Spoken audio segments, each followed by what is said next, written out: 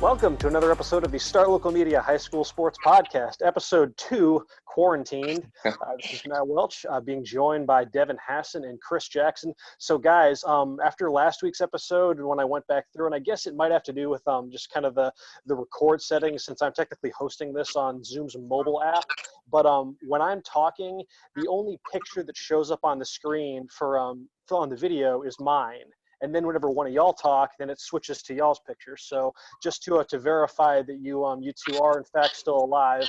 Yes, I hopefully you can see me. Yes, I'm coming from my garage, like it says previously mentioned. Got 4 kiddos inside, and so I'm hoping they don't interrupt me like they did last week. I'm still in bed. I thought about switching up and going out to the kitchen, but I couldn't find a spot to keep my phone charged plus plug in my headphones. So I'm back in bed for this week. Let's see, Chris, how about you, man? Where are you coming at? I am from my kitchen in Plano. So I moved from the couch last week. I figured I'd give us a little bit of a different setting this week, you know. There's only so much you can do, so I'm trying to bring some excitement, a little bit of a thing.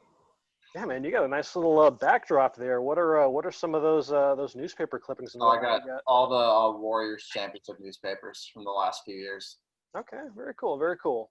So yes, last week we devoted the episode to just kind of digesting all the news with high school sports being canceled and whatnot.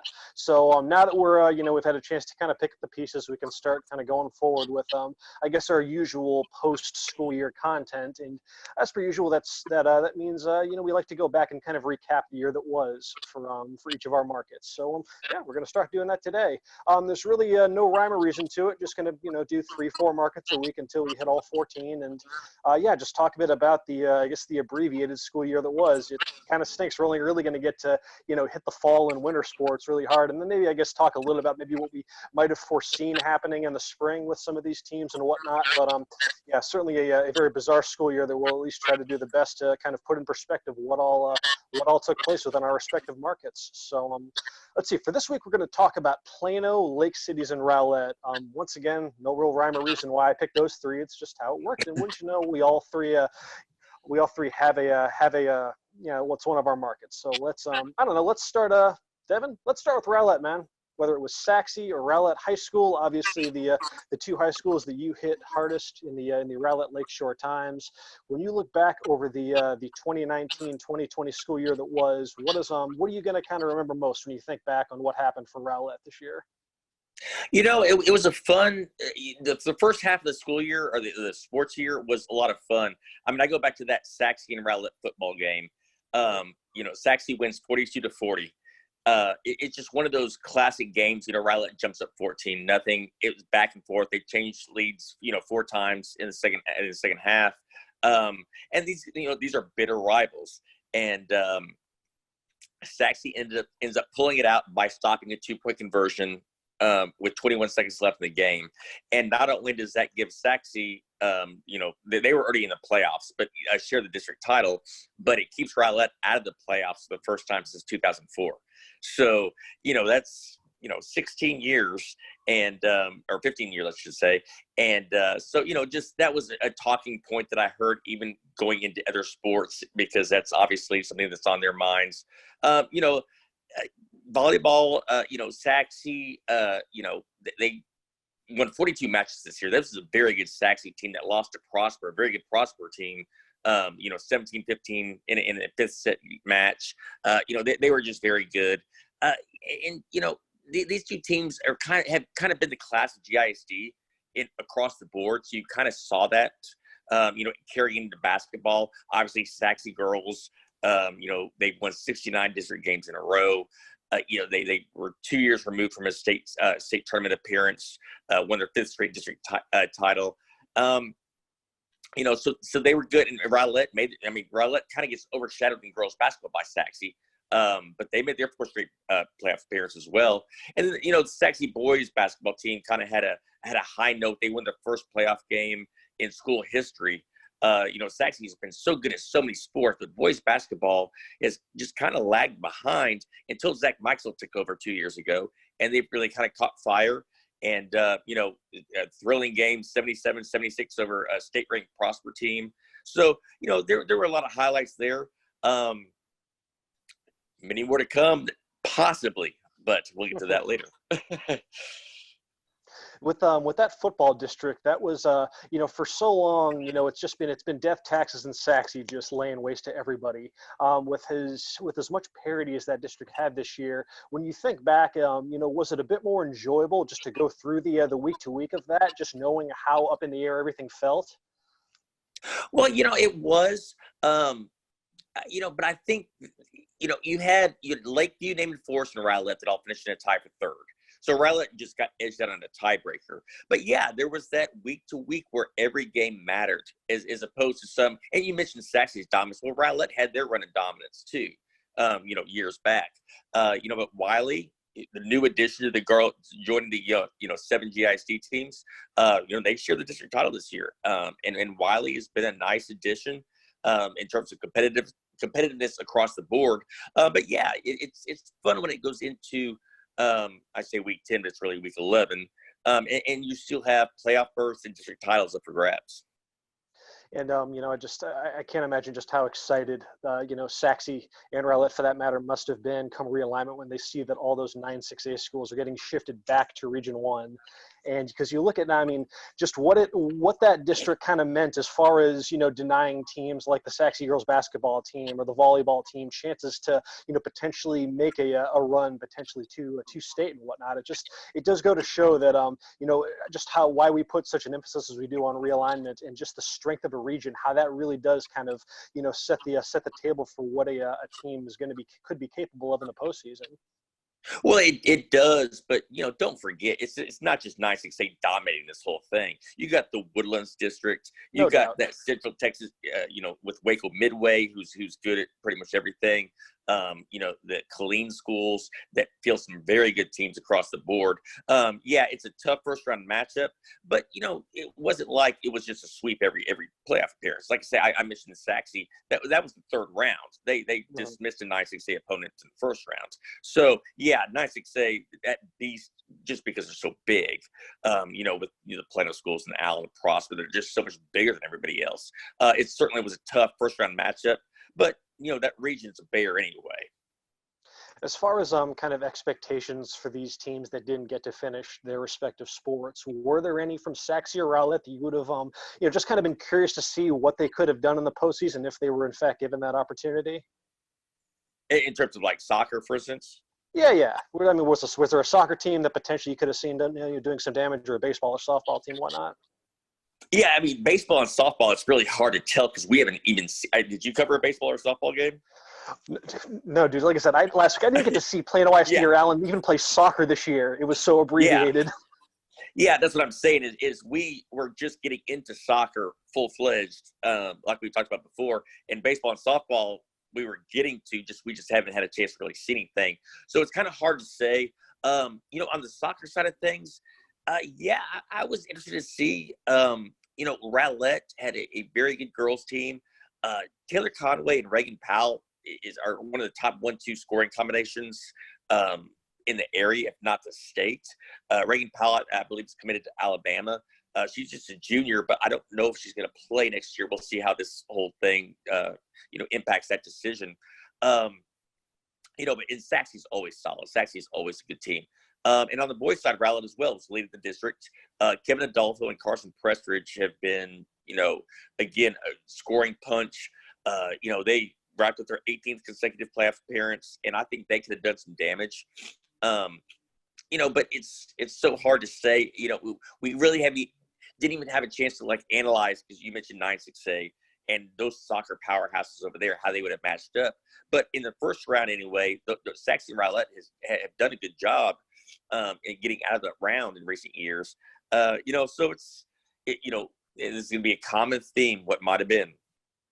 We can talk a little bit of Lake Cities now. Chris, gave you a chance to chime in. You came on board right near kind of the tail end of basketball's regular season and whatnot. So, I've got some notes here from the fall stuff, that I was a bit more involved in and whatnot. But from, obviously you came in, at a perfect time, because you got to see a team just catch fire and have, the kind of dream run that a lot of teams, always envision at the start of the season. So obviously I'm guessing that's probably where we're going to start. But nevertheless, though, when you think back on just the year that was for Lake Dallas specifically, just what kind of stands out most of all?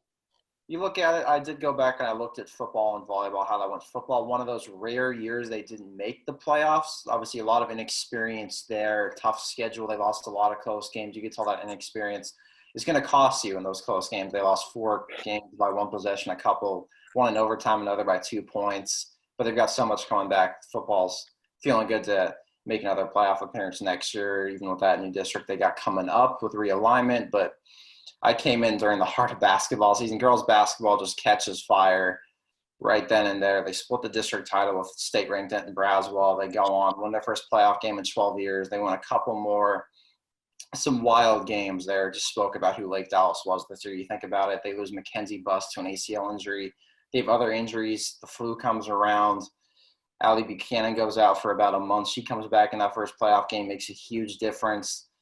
They won the second round and kind of a late run there. They're down a couple possessions at the end. They hit a couple of key shots. Bailey Broughton hits a 3 together within 1. Georgia Elliott gets the game-winning layup there, round 2. Round 3, Dorian Norris just picks up probably the biggest offensive rebound of the season. Honestly, you're probably not going to look at offensive rebounds as being the key plays, but if you look at it, that was probably their biggest play of the season at that point because that gets them to region. They go to the regional tournament in Snyder.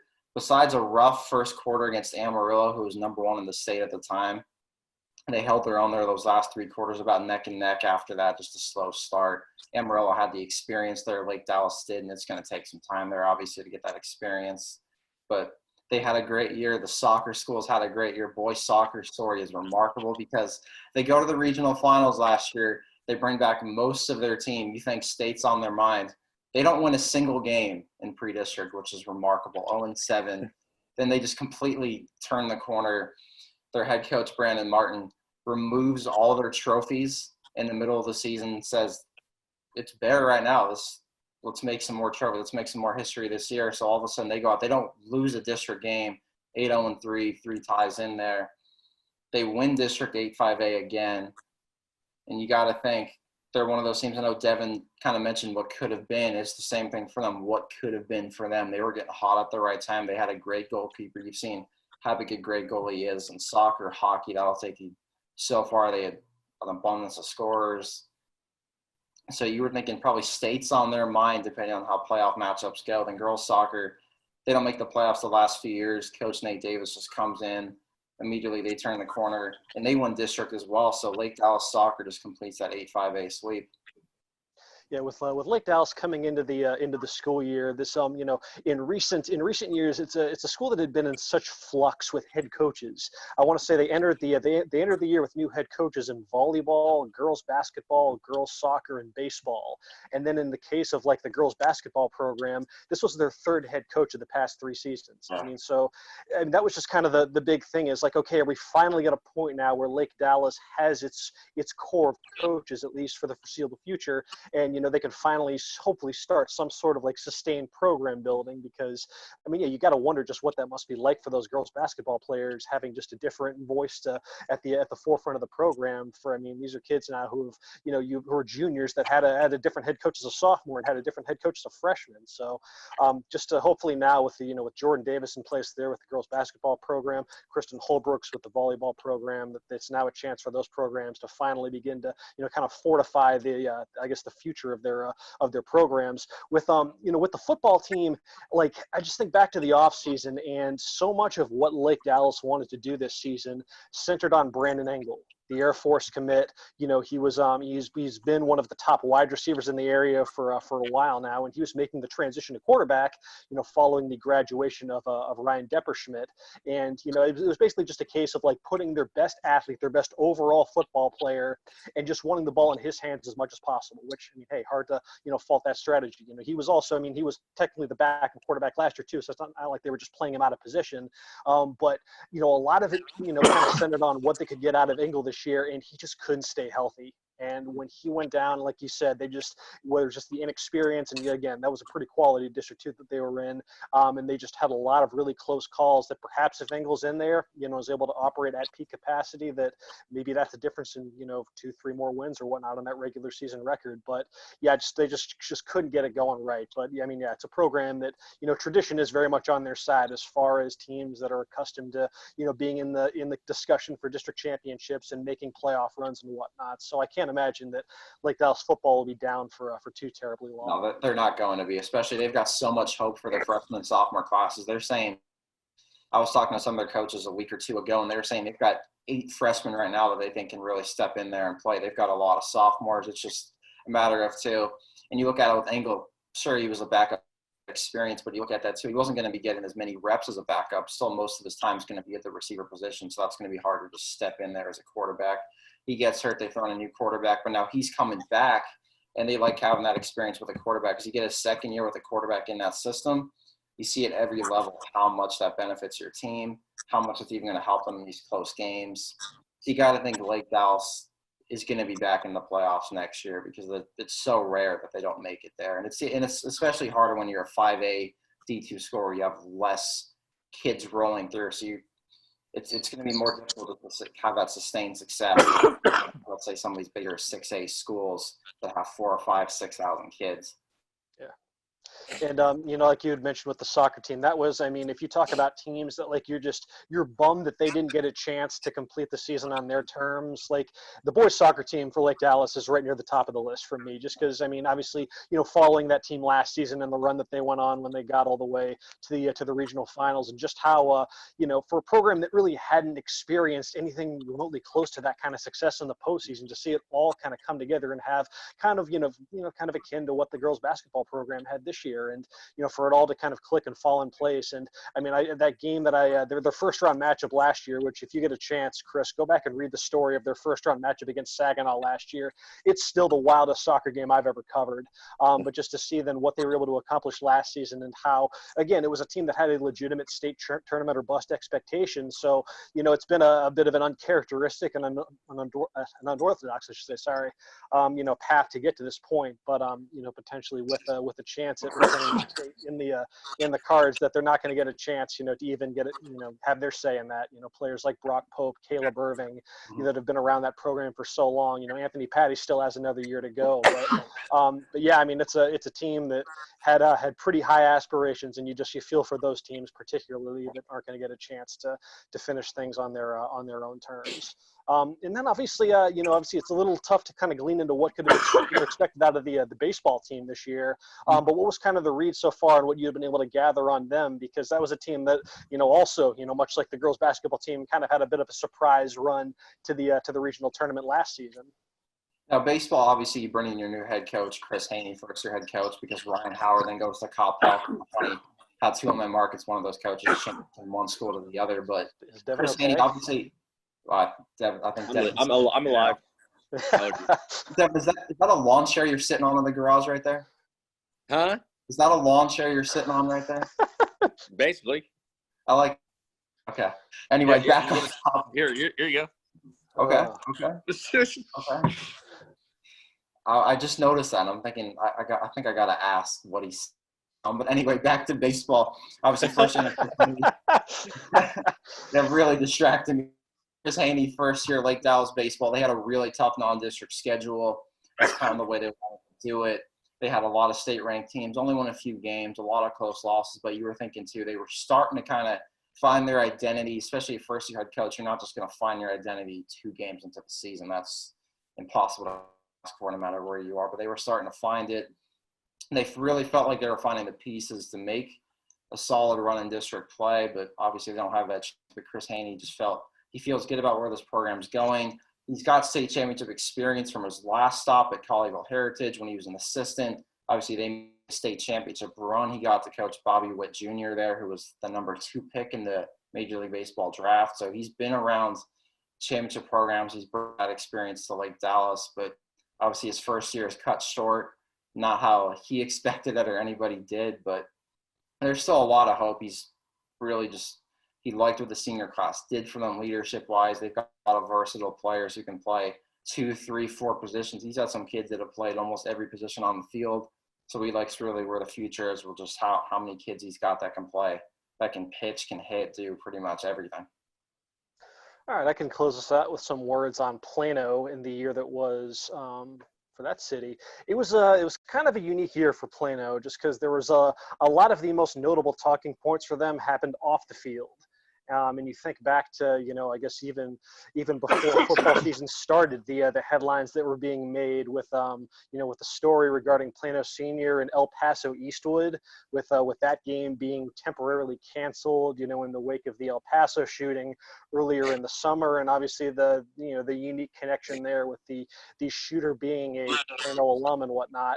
But obviously when that story came down, and then for a good 24 hours, I mean, just a decision that was just universally panned by folks all around the state. You even had Beto O'Rourke chiming in on this. I mean, this was a national story that had had Plano ISD being raked over the coals for this decision. And it wasn't until the following day, when Frisco ISD stepped up and kind of helped with a reversal of course by Plano ISD to get the game rescheduled to take place in Frisco at the Star and whatnot. So, I mean, yes, I mean, a very, very unique way to even before football season even began. And then you have what happened during the actual season itself, with all three senior high schools, Plano East, Plano, and Plano West, all missing the playoffs for the first time in 30 years, which is crazy again, going back all the way to the 80s, the last time that Plano ISD endured that kind of futility on the football field. And, within that, you had Plano West, which was mired in a 34-game losing streak that finally was able to come to an end late in the season in pretty, dramatic fashion. I mean, they had a very, very improbable 3-score comeback against rival Plano East. But nevertheless, look at the chain reaction that just kind of stemmed from football season. Gerald Brents, their longtime athletic director, he announces his retirement, just a few weeks after the season. And then, you get into, 2020, and then they announce the hiring of Jeff Smith, the former Prosper assistant AD, former McKinney head football coach. And then a week after he's brought on board, the longest tenured head football coach in the district, Jadon McCullough, he gets reassigned. So all of a sudden, Plano Senior's looking for new leadership with its football program. Then they initially hire Cody Moore, the Denton Braswell head coach, to the point where, I mean, it was brought to the school board, and I got to talk to him in person. I can confirm that it did in fact happen. He was named the head coach and introduced and whatnot. And then less than 24 hours later, he, pulls I think we likened it to DeAndre Jordan, leaving the Mavs at the altar a handful of years ago. But yes, he has a change of heart and decides to stay at Denton Braswell. Never seen anything like that in my career at the high school level. So, yes, I mean, that was obviously insane in the moment, just seeing how that all unfolded. Just the sentimental fact of not wanting to leave a program that he helped build from scratch. You can definitely, sympathize with that and whatnot. But it obviously left Plano in a pretty crappy situation, being that, you're already at this juncture of your off season. Then you had the coronavirus pandemic set in, and they still don't have a football coach for their, for the Wildcats. They eventually do, get one hired, though, with former Lovejoy head coach Todd Ford taking the reins. But obviously, again, not going to get a chance to work out with those kids until August. So, I mean, we'll see what long-term effects that has. But yes, obviously all sorts of just chaos and calamity surrounding Plano ISD football this year. But as far as actual, team success goes, the three that, jump out are, Plano West volleyball, got to the state championship game. One of those teams that had the good old unfinished business mantra at the start of the season, with with them getting to state the year before and falling short against Fort Bend Ridgepoint. They actually got to rematch that same Ridgepoint team in the semifinals when they got back to state. So were they a second seed? Was West a second seed? I think they split the district title with Prosper. Okay. So I'm trying to forget. I don't have the bracket in front of me. I forget who won the coin flip. I don't believe they had a seeding match or anything. Yeah, I think they're the second seed. That's because I was going through and looking at some of Sachse's stuff, and I think Prosper was the top. That's seed. right. They were, because they would have played Saxe then in the third round, because that's how that. Okay. Yeah. So they were the 2 seed. So obviously, an impressive run. I didn't mean to derail you there. No, you're good. I mean, no, but that matchup, that state semifinal rematch, again, for all these storylines that surrounded it, given the history between those two teams, that produced one of the, that was my pick at the end of the year for the best game that I covered, period, that year. Just an absolutely thrilling matchup with, with Plano West. They just blow through them those first 2 sets, and then Ridgepoint just chips away. They're able to squeak out sets 3 and 4, and it just sets up just a wild back and forth 5th set that Plano West ends ends up winning 15-13, and then they went to 5 sets again in the championship match against the nation's #1 team in Byron Nelson. Ultimately, though, just the collective firepower of Nelson was just a little bit too much. Charity Looper, Paige Flickinger, they were just unstoppable down the stretch there. So, I mean, a bittersweet end, to the high school careers of like Jill Presley and Amon and Jai, who really helped, cement the, Plano West during this reign of dominance they've had over the past 3 seasons and whatnot. But yes, Plano West volleyball had an incredible season, falling 1 win short of a state championship. Plano West tennis almost added to its trophy case by getting back to the state championship match. They were a team that had a bit of an uncharacteristic exit the year before, losing in the 4th round to Round Rock Westwood, #1 team in the state. They went on to win a state title. They got to rematch Westwood in the 4th round again this year, and they wound up avenging that within I believe a 10-8 victory and whatnot. A very, very dramatic victory for the West tennis team. They get back to state. They do fall short though against Houston Memorial in a game that West felt like they kind of had a collective control over, and then within like a 5-10 minute span, there was like 4 or 5 matches that all just turn on a dime in Memorial's favor, and Plano West just couldn't recover, and Memorial ends up hoisting a state championship. And then the Plano girls basketball team, which we talked about a ton this year, obviously with their story as well. There's been well documented with them losing their best player, a potential McDonald's All-American in Jordan Merritt early into the season. They're still able to recover though, win a district championship, go to the regional finals. They just ran into a team of destiny in McKinney that just had an out of its mind defensive performance against Plano in the regional championship. McKinney ends up going to the state tournament instead, but still, I mean, a terrific year for Plano. And then obviously there was big news, during this whole situation with Rodney Belcher, who has he led that program to their their first ever state championship a couple of years ago. Well, he's now going to be heading back to the college ranks as he was named the first ever head women's basketball coach at the upstart UNT Dallas, which will begin its tenure as an NAIA program in short order. And yes, Coach Belcher's been called upon to lead them. So yeah, I mean, Plano's currently in the search though for a new head basketball coach on the girls' side, and it's still a team that's just shocked with young talent though. They only graduated 2 players, really just one from the rotation that was in that regional final. So it's going to be a good spot for whoever ends up taking over there. But yes, so Plano girls basketball, terrific season. And then, I mean, you got to talk about the year that was for John Paul, man. John Paul II. And I mean, this is having covered John Paul and Prestonwood as part of our private school coverage in Plano for so many years, and looking at just year in year out, John Paul, they had just been fair or not, they'd always been kind of like the little brother or so to Prestonwood, at least within Plano goes, and that's just the way it is. Look at just the gym in Prestonwood, and just they've got state championship banners just that go all around the walls of their gymnasium. And John Paul had been slowly getting to that level though in some programs. But much like Sachse boys basketball, Devin, the John Paul football program it hadn't clicked yet. And it finally did click this year, though. They had their best season ever by every conceivable margin. They hadn't even won a playoff game in their history before this season, and then they were able to accomplish that. They go on to make it all the way to the Taft State Championship game. Ultimately, though, Parish Episcopal had just a little bit too much. That Preston Stone kid, he's quite the quarterback.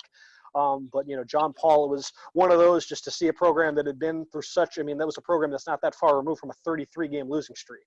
So just to have it all just turn around the way that it has for them, with just the influx of talent within the program, and finally having the kids that are a bit more on the level of the teams that they had been going against over the years, like the Bishop Lynches, the Bishop Duns, and the Prestonwoods. And now that John Paul's actually got the athletes to swing back, they obviously had such a fun story covering them all the way to their state title game. And then the basketball team had one of the great single season runs ever in Taft basketball, winning over 40 games, winning a state championship, losing just 1 game all season.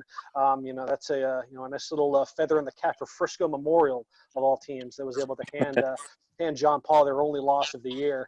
But that was, again, one of the team that was every bit as good as those juggernaut Prestonwood teams of the past, just a team that was just loaded with just length and height and talent and just an absolute handful. And it produced, one of the better basketball games I got to see all year. Their state championship game against Antonian was an absolute blast. So, yes, they were able to win their first ever state championship.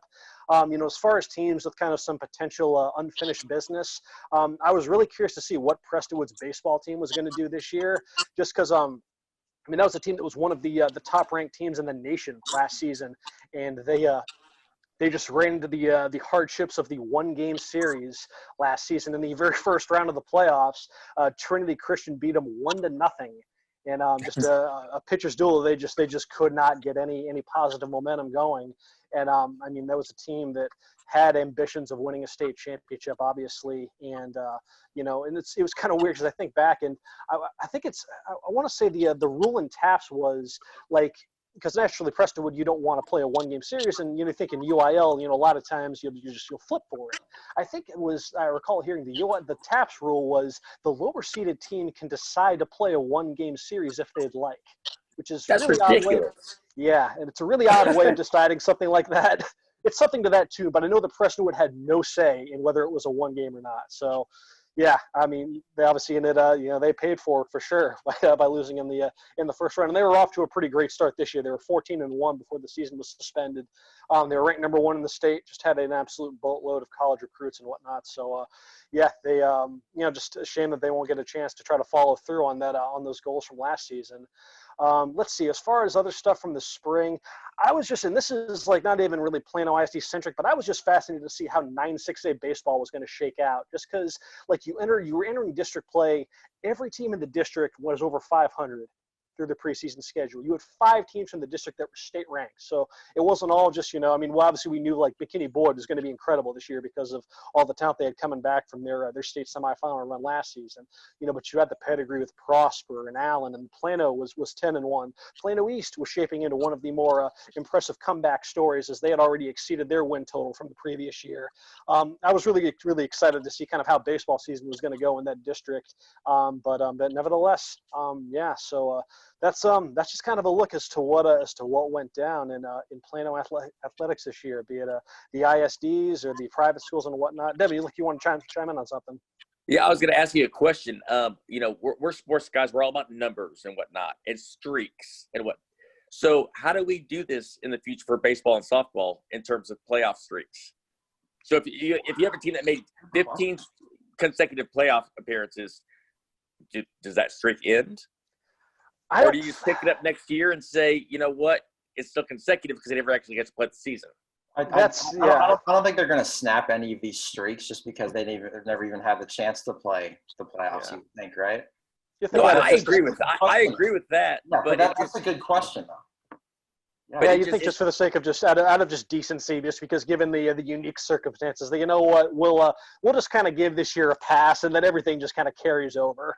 I mean, granted, there's really no there's no official body that decides the stuff. It's basically just kind of if the program wants to say we still got a 15-year playoff streak intact, then who are we to disagree? It's not like they had any say in this pandemic coming down and ruining their season.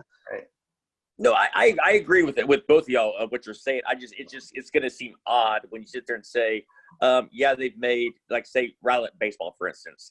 If next year they say, okay, they've made 20 straight playoff appearances starting that started in 2000, and people start doing the math. Now people are going to be cognizant of it because it's so recent, but just over time, it's going to sound odd. And going off that too, when I first got the job here, Matt had told me my markets who I was covering. So obviously you showed me that website, the athletics department. You see playoff appearances each year. And let's say somebody down the line, anywhere, any school in Texas, anywhere, they step into a job somewhere. Someone stepped into a job in Round Rock or Austin or wherever. They look at their playoff runs 15 years from now. They're like, well, they've made it to the playoffs in 20 of the last 21 years or whatever, and they think 2020 wasn't a playoff appearance, but they don't realize sports were canceled in that 2020 season because of this pandemic, and it's just weird to think about that.